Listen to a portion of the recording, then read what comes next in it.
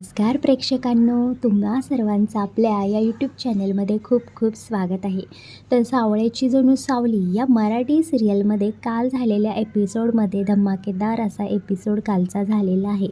तर मित्रांनो, सारंग बघतो की आपण खाली आलेला आहे जिना उतरून आणि सावलीला आवाज देत आहे. पण अमृता त्याला सांगते की अरे सारंग, सावली तर आत्ताच बाहेर गेली आहे म्हणून. सारंग म्हणतो, एवढ्या सकाळी कुठे गेली असेल ही सावली? मला तर अमृता म्हणते, तुला काहीच तिने सांगितलं नाही का कुठे निघाली आहे ते? सारंग म्हणतो, हो मला सांगत होती काहीतरी, पण मी फोनवर बोलत होतो त्यामुळे मी लक्ष दिलं नाही. आणि मी जेव्हा फोन माझा झाला तेव्हा बघतोय तर सावली रूममध्ये नव्हती. त्यानंतर सोहम म्हणतो, दादा तुला जरासुद्धा सावलीशिवाय करमत नाही का? तर सोहमला सारंग सांगतो की नाही, असं काही नाही आहे. आज गुरुपौर्णिमा आहे ना, त्यामुळे माझा गुरु तर आता सावलीच आहे. कारण तिनं तिच्या जीवनामध्ये मला खूप काही तिनं शिकवलं आहे. खूप काही माझ्यासाठी तिनं चांगल्या गोष्टी करत आहे आणि हमेशा मला काही ना काही सपोर्टिंग ती करत आहे. त्यामुळे माझा गुरु हा माझी बायकोच आहे. आणि त्यानंतर अमृता देखील हसते, अरे वा, आता हे पण करणार आहे का? आणि सारंग सांगत असतो, गुरुपौर्णिमेनिमित्त मी तिला काहीतरी सरप्राईज प्लॅन करणार आहे. तर अमृता म्हणते, वा छान, चांगली आयडिया आहे सारंग तुझीही. त्यानंतर सोहमसुद्धा म्हणतो, हो सावली वहिनी खरंच गुरु आहे. हमेशा चांगल्या गोष्टी आपल्याला शेअर करत असते आणि सांगत असते. तेव्हा सारंग म्हणतो, अरे तुला साराने काही चांगल्या गोष्टी शिकवल्या की नाही? तू सारासाठी काही सरप्राईज प्लॅन करणार आहेस की नाही? तेव्हा सोहम म्हणतो, हो मला पण तिने चांगल्या गोष्टी शिकवल्या आहेत आणि मीही तिला गुरुपौर्णिमेनिमित्त काहीतरी सरप्राईज प्लॅन देणार आहे. कारण की सोहमच्या तर मनात असं काही नसतं, पण तरी पण तो आपलं सगळ्यांसमोर सगळ्यांना मन ठेवण्यासाठी तो फक्त बोलत असतो. तसं तर ताराबद्दल त्याच्या मनात काहीच नसतं. इकडे मात्र आपण बघतो की सावली जी आहे ती भैरवीच्या घरी पोहोचलेली असते. भैरवी आज गुरुपौर्णिमा आहे म्हणून सगळ्या वाद्यांची पूजा करत असते. घरामध्ये धूप दीप सगळं काही अगदी व्यवस्थित ती करत असते आणि छानपैकी तयार देखील झालेली असते. आणि जसं का दरवाजातून सावली आवाज देते माई म्हणून, तसं भैरवीला असं वाटतं की तारासुद्धा आलेली आहे. म्हणून लगेच ती धावत पळत दरवाजाकडे जाऊन बघते. तर दरवाजामध्ये फक्त सावलीच दिसत असते.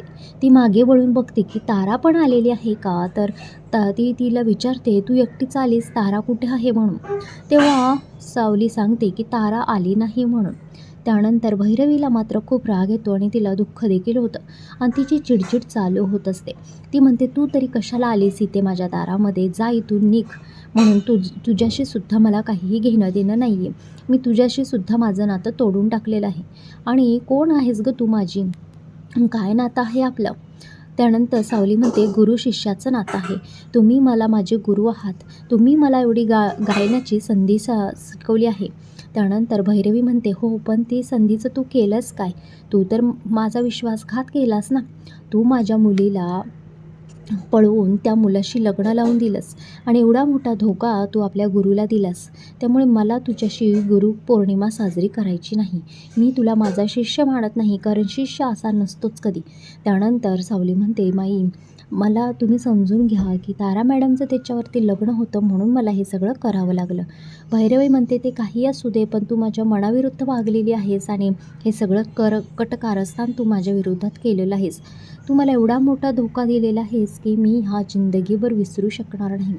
तू माझी सगळी कायापालट तू केलेली आहेस आणि आज माझ्यावरती जे दिवस आलेले आहेत ना, त्याचासुद्धा तूच कारणीभूत आहेस. त्यानंतर सावली म्हणते की माई हे सगळं बरोबर आहे, पण मी सारा मॅडमच्या खुशीसाठी हे सगळं केलेलं आहे.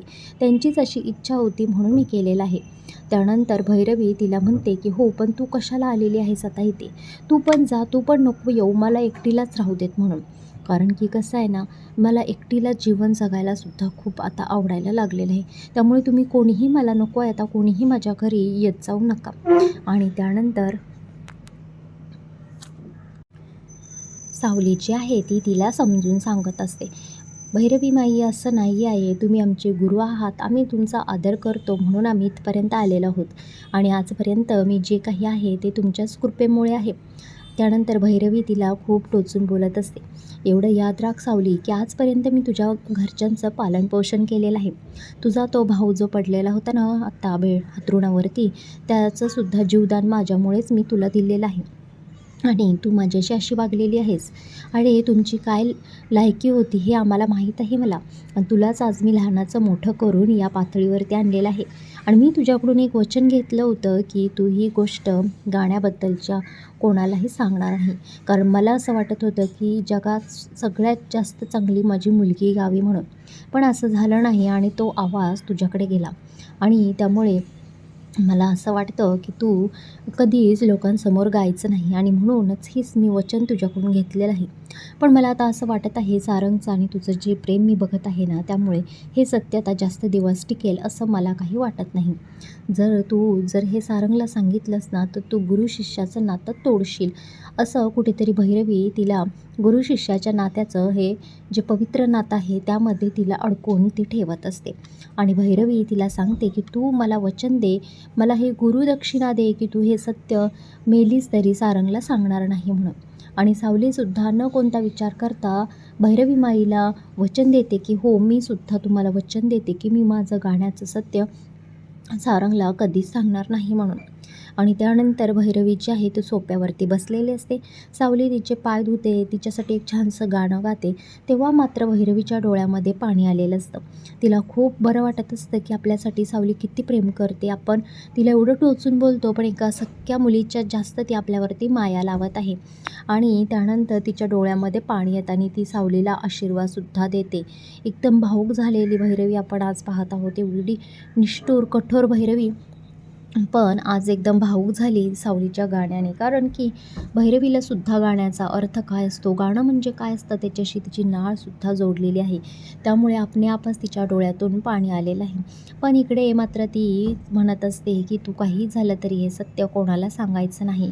आणि त्यानंतर मात्र भैरवीचा आशीर्वाद घेऊन सावली तिथून निघालेली असते. आणि त्यानंतर मात्र सावली वाटेने जात असते तेव्हा तिला मात्र सतत भैरवीचे शब्द कानावरती पडत असतात. भैरवी जे काही बोलली, जे काही तिथे झालं ते सगळं तिला समजत असतं. कारण भैरवी एवढी टोचून तिला बोललेली असते की ती ते शब्द विसरू शकत नाही कधी. कारण तिनं अगदी तिचं लहानपणाचं सुद्धा काढलेलं असतं की मीच तुला आजपर्यंत गाणं शिकवलेलं आहे. मीच तुला एवढं लहानाचं मोठं केलं. आणि त्यानंतर खूप काही असं तिला बोललेली असते. सावली इकडे घरामध्ये येते. घरामध्ये आल्यानंतर आपण बघतो की ती सारंगच्या रूममध्ये जायला निघालेली असते. ती खूप नर्वस असते, खूप उदास असते. पण सारंग तिला म्हणत असतो की सावली काय झालं, एवढी का तू शांत शांत आहे, तुला कोणी काही बोललं का? तर सावली सांगते नाही, मी मंदिरामध्ये गेले होते, पण मंदिरामध्ये जाण्याच्या आधीच मंदिर हे बंद झालं. आणि तिथं गेल्यानंतर मला माझ्या आईवडिलांची देखील खूप आठवण आली. त्यानंतर सारंग म्हणतो एवढंच ना, काही हरकत नाही, मी तुझ्यासाठी एक सरप्राईज प्लॅन केलेला आहे. आणि सारंग तिला घेऊन त्यांच्या बेडरूममध्ये जात असतो.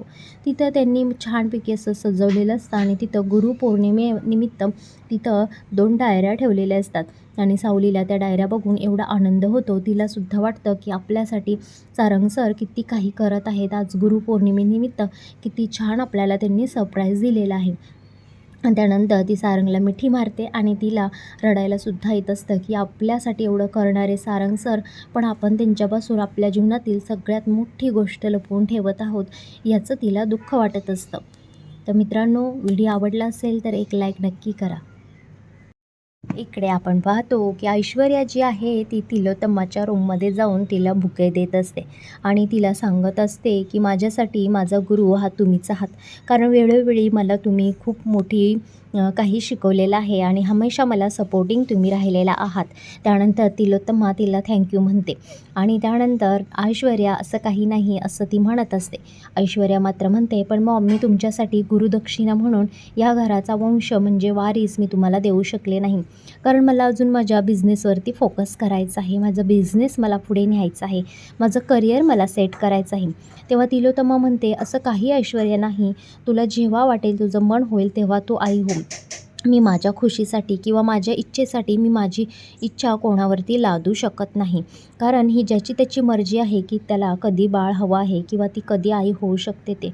त्यामुळे रिलॅक्स राहा. तुला जेव्हा वाटेल तेव्हा तू आई होऊ शकतेस. कारण की मी कोणावरती सुद्धा जबरदस्ती ही करणार नाही. कारण की मनाविरुद्ध गोष्टी घडल्या की त्या बरोबर नसतात हे मला मान्य आहे. त्यामुळे ज्याला जेव्हा मन होईल तेव्हाच त्याने ते करावं. पण ऐश्वर्या प्रत्येक गोष्टी ज्या आहेत त्या वेळेत झालेल्या बऱ्या असतात. नाहीतर पुढे जाऊन मग त्याचा त्रास आपल्याला सहन करावा लागत असतो. आणि असं ऐश्वर्याचे शब्द तिलोत्तमाच्या ऐकल्यानंतर ऐश्वर्यालासुद्धा वाटत असतं की कुठेतरी आपण सुद्धा आता काहीतरी हालचाल केली पाहिजे. आणि त्यानंतर तिलोत्तमा तिला म्हणत असते की काही हरकत नाही, तुला जसं जेव्हा जमेल ते तुला प्लॅन करायचं आहे तेव्हा तू आई होण्याचा प्लॅन करू शकतेस. ऐश्वर्याला मात्र ही गोष्ट खूप खटकते आणि तिथून ती डायरेक्ट डॉक्टरांना भेटण्यासाठी जात असते. तेव्हा डॉक्टरांना विचारल्यानंतर चेकिंग वगैरे झाल्यानंतर डॉक्टर तिला सांगतात की सॉरी पण ऐश्वर्या तुम्ही कधीच आई होऊ शकत नाही. तर ऐश्वर्या म्हणते की अहो हे कसं शक्य आहे, आता तर सायन्स एवढं पुढे गेलेलं आहे आणि मी कसं काही आई होऊ शकत नाही म्हणून. काय प्रॉब्लेम आहे माझ्या रिपोर्टमध्ये?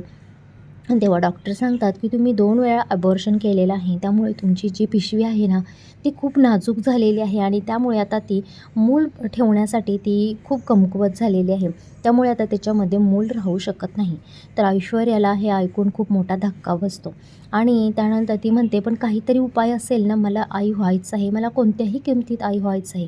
मी कितीही पैसे तुम्हाला द्यायला तयार आहे. मोठ्यातला मोठा डॉक्टर बोलवा, पण मला आई व्हायचं आहे." तेव्हा ती डॉक्टर म्हणते की "सॉरी मॅडम, आमच्याकडे तर याच्यावरती इलाज होऊ शकत नाही. तुम्ही दुसऱ्या कुठल्या डॉक्टरकडे कन्सल्ट केलं तरी तुम्हाला हेच उत्तर ते देणार आहेत. कारण आम्ही काही खोटं सांगत नाही किंवा पैशासाठी सांगत नाही. जे खरं आहे तेच आम्ही सांगत आहोत. आणि तुमची जी गर्भाशयाची पिशवी आहे ती खूप नाजूक झालेली आहे आणि तिथे थोडेसे कॉम्प्लिकेटेड आलेले आहे. त्यामुळे तुम्ही आई होऊ शकत नाही."